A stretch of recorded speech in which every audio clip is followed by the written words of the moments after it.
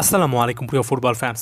আমি যে মুহূর্তে বসে ভিডিওটা রেকর্ড করছি সেই মুহূর্ত পর্যন্ত ম্যানচেস্টার সিটির পরবর্তী একাদশে অর্থাৎ লিভারপুলের বিপক্ষে ম্যাচটাতে একাদশে বা সামনের ম্যাচগুলোতে কী রকমের পরিবর্তন আসবে সে ব্যাপারে কোনো আপডেট পাওয়া যায়নি। তবে এটা মোটামুটিভাবে নিশ্চিত ম্যানচেস্টার সিটির জন্য রিয়াল মাদ্রিদের বিপক্ষে চ্যাম্পিয়ন্স লিগে এই হারটা এবং শেষ পর্যন্ত চ্যাম্পিয়ন্স লিগ থেকে ছিটকে পড়া আরও একটা মেজর ব্লো। এবং এই জিনিসটার সাথে আপনি যদি ইপিএলের পয়েন্ট টেবিলে এই মুহূর্তে তাদের অবস্থান দেখেন, 25টা ম্যাচ খেলে 44 পয়েন্ট, যেখানে লিভারপুল একটা ম্যাচ বেশি খেললেও একেবারে স্পষ্ট ব্যবধানে এগিয়ে আছে। ক্লিয়ার কাট 17 পয়েন্টের একটা ব্যবধান, 5 থেকে 6টা ম্যাচের একটা ব্যবধান হয়ে গিয়েছে। ম্যানচেস্টার সিটির জন্য আসলে ইপিএলের রেসটাও শেষ হয়ে গিয়েছে, এটাই বাস্তব সত্য। এবং এই খুবই গুরুত্বপূর্ণ ইনফরমেশনগুলো একটা দিকে সাজেস্ট করে পেপ গার্দিওলাকে নতুন করে শুরু করতে হবে, এবং নতুন করে শুরু করার ক্ষেত্রে তার ওই প্লেয়ারদের উপর অনেক বেশি গুরুত্ব দেওয়া উচিত যে প্লেয়ারদেরকে নিয়ে তিনি লম্বা রেসে ভবিষ্যতে কাজ করতে পারেন। একেবারে নির্দিষ্ট করে বলতে গেলে ইয়াং প্লেয়ারদেরকে নিয়ে অনেক কাজ করা উচিত, যেটা শুরু তিনি করেছেন। আমরা মারমুশ, খুশানভ কিংবা নিকো গঞ্জালেসের মতো প্লেয়ারদেরকে দেখেছি, তাদেরকে কেন্দ্র করে আরও একবার পেপ গার্দিওলা আরও একটা নতুন প্রজেক্ট শুরু করবেন। এটা এখন একেবারে একান্ত কাম্য একটা ব্যাপার। এবং এই ইকুয়েশনটাতে আমি যখন নতুন প্লেয়ারের কথা বলি তখন ক্লাউদিও এচেভেরির নামটা অবশ্যই আসবে। সম্প্রতি আন্ডার-20 লেভেলের কোপা আমেরিকাতে আর্জেন্টিনা শেষ পর্যন্ত ব্রাজিলের কাছে ব্যর্থ হলেও এই ক্লাউদিও এচেভেরি 6টা গোল করেছেন এবং একেবারে নিঃসন্দেহে আলো ছড়িয়েছেন।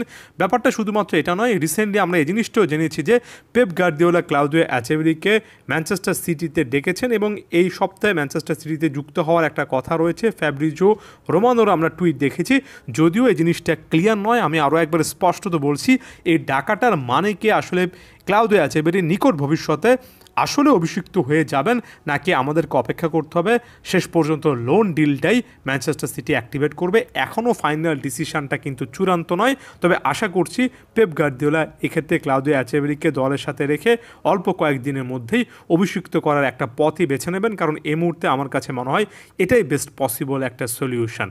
পেপ গার্দিওলা ক্লাউদিও এচেভেরিকে ঘিরে কী সিদ্ধান্ত নেবেন তার আগে অবশ্য আরও একটা ব্যাপার থাকছে, সেটা হচ্ছে আন্ডার-20 চ্যাম্পিয়ন্স এই টুর্নামেন্টটা বা কোপা আমেরিকা এই টুর্নামেন্টটা খেলতে গিয়ে ক্লাউদিও এচেভেরি কিন্তু চোট পেয়েছেন এবং হালকা একটা চোটজনিত সমস্যা আছে, যেটার কারণে অভিষেকটা যদিও পেপ গার্দিওলা একেবারে ফিক্স করে ফেলেন একটু ডিলেড হবে। তবে আমি এখন পর্যন্ত এখানে যে একটা সিদ্ধান্ত নেওয়ার ব্যাপার আছে, আসলেই পেপকে সিদ্ধান্ত নিতে হবে, সেখানে ফোকাস করব। ক্লাউদিও এচেভেরিকে পেপ গার্দিওলা এখনই ব্যবহার করবেন নাকি আরও কিছুদিন অপেক্ষা করবেন, এটা আমার কাছে মনে হয় শুধুমাত্র ক্লাউদিও এচেভেরির জন্য নয়, বরঞ্চ ম্যানচেস্টার সিটি ভবিষ্যতে কোন দিকে মুভ করবে, কিভাবে ফাইনাল থার্ডে তাদের অ্যাক্টিভিটিটা ভবিষ্যতে এগোবে, সেটার অনেক রূপরেখা নির্ভর করছে একটা সিদ্ধান্তের উপর। এবং পেপের উচিত ক্লাউদিও এচেভেরিকে স্টার্টিং লাইনআপে না রাখলেও আস্তে আস্তে গেম টাইম দেওয়া, সিজনের বাকি অংশে তাকে পরবর্তী সিজনের জন্য প্রস্তুত করা। হ্যাঁ, লোন ডিলটাতেও কিন্তু তিনি খেলা যদি সুযোগ পান প্রস্তুতি নিতে পারবেন, তবে ম্যানচেস্টার সিটির স্টার্টিং লাইনআপে না হলেও বদলি হিসেবে খেলার মতো যথেষ্ট অভিজ্ঞতা আমার কাছে মনে হয় ক্লাউদিও এচেভেরি এতদিনে অর্জন করেছেন। অনেকে এই জায়গা থেকে বলবেন যে এচেভেরির ফিজিক্যাল ওভারঅল যে ডেভেলপমেন্ট সেটার জন্য আরেকটু অপেক্ষা করা উচিত। আমার কাছে সিচুয়েশানটা এটাও হতে পারে যে ম্যানচেস্টার সিটি সিজনের বাকি অংশের কয়েকটা ম্যাচে ক্লাউদিও এচেভেরিকে সুযোগ দিক এবং সেখানে সত্যিকার অর্থে একেবারে গেম এনভায়রনমেন্টে তার ওভারঅল ফিজিক্যাল এবং স্কিল সেটের পরীক্ষা হোক। সেখানে যদি দেখা যায় যে ক্লাউদিও এচেভেরি খুব একটা বেশি সুবিধা করতে পারছেন না, তাহলে হয়তোবা আগামী সিজনের শুরুতে তাকে লোন ডিলে দেওয়া যেতে পারে। সেক্ষেত্রে পেপ গার্দিওলার কাছে একটা বড় রকমের অপশান থাকবে কেভিন ডি ব্রুইনার রিপ্লেসমেন্ট হিসেবে। তিনি আসলে ইয়াংস্টার প্লেয়ার অথবা এচেভেরি টাইপের কোনো একটা প্রোফাইলকে প্রেফার করবেন কিনা সে সিদ্ধান্ত বা সে বাজিয়ে দেখার সুযোগ থাকছে। আবার যদি সেখানে ক্লাউদিও এচেভেরি খুব একটা বেশি ভালো করতে না পারেন, তাহলে আগামী সামার ট্রান্সফার উইন্ডোতে ফ্লোরিয়ান ভির্টস বা এমন টাইপের একটা প্রোফাইলের দিকে পেপ গার্দিওলা আরও নির্দিষ্ট করে যেতে পারেন। এখানে ইয়াংস্টার প্লেয়ারকে কেন্দ্র করে সিদ্ধান্তটা যদি আগে নেওয়া হয়, আমার কাছে মনে হয় এটা পেপের জন্য ভালো, এটা ম্যানচেস্টার সিটির জন্য ভালো হবে। কারণ এখানে একটা বড় রকমের চান্সেস আছে যে ক্লাউদিও এচেভেরি সুযোগ পেলে একেবারে সিনিয়র টিমটাতে একেবারে ইপিএলের মতো হাই কন্টেস্টফুল কম্পিটিশনও ভালো করবেন। এই চান্সেসটা ম্যানচেস্টার সিটির এ মুহূর্তে এজন্য নেওয়া উচিত যে ম্যানচেস্টার সিটি কি ইপিএল কি চ্যাম্পিয়ন্স লিগ কোনো টুর্নামেন্টে কিন্তু এ মুহূর্তে ভালো কোনো অবস্থানে নেই। চ্যাম্পিয়ন্স লিগে তো একেবারে বাদই পড়েছে।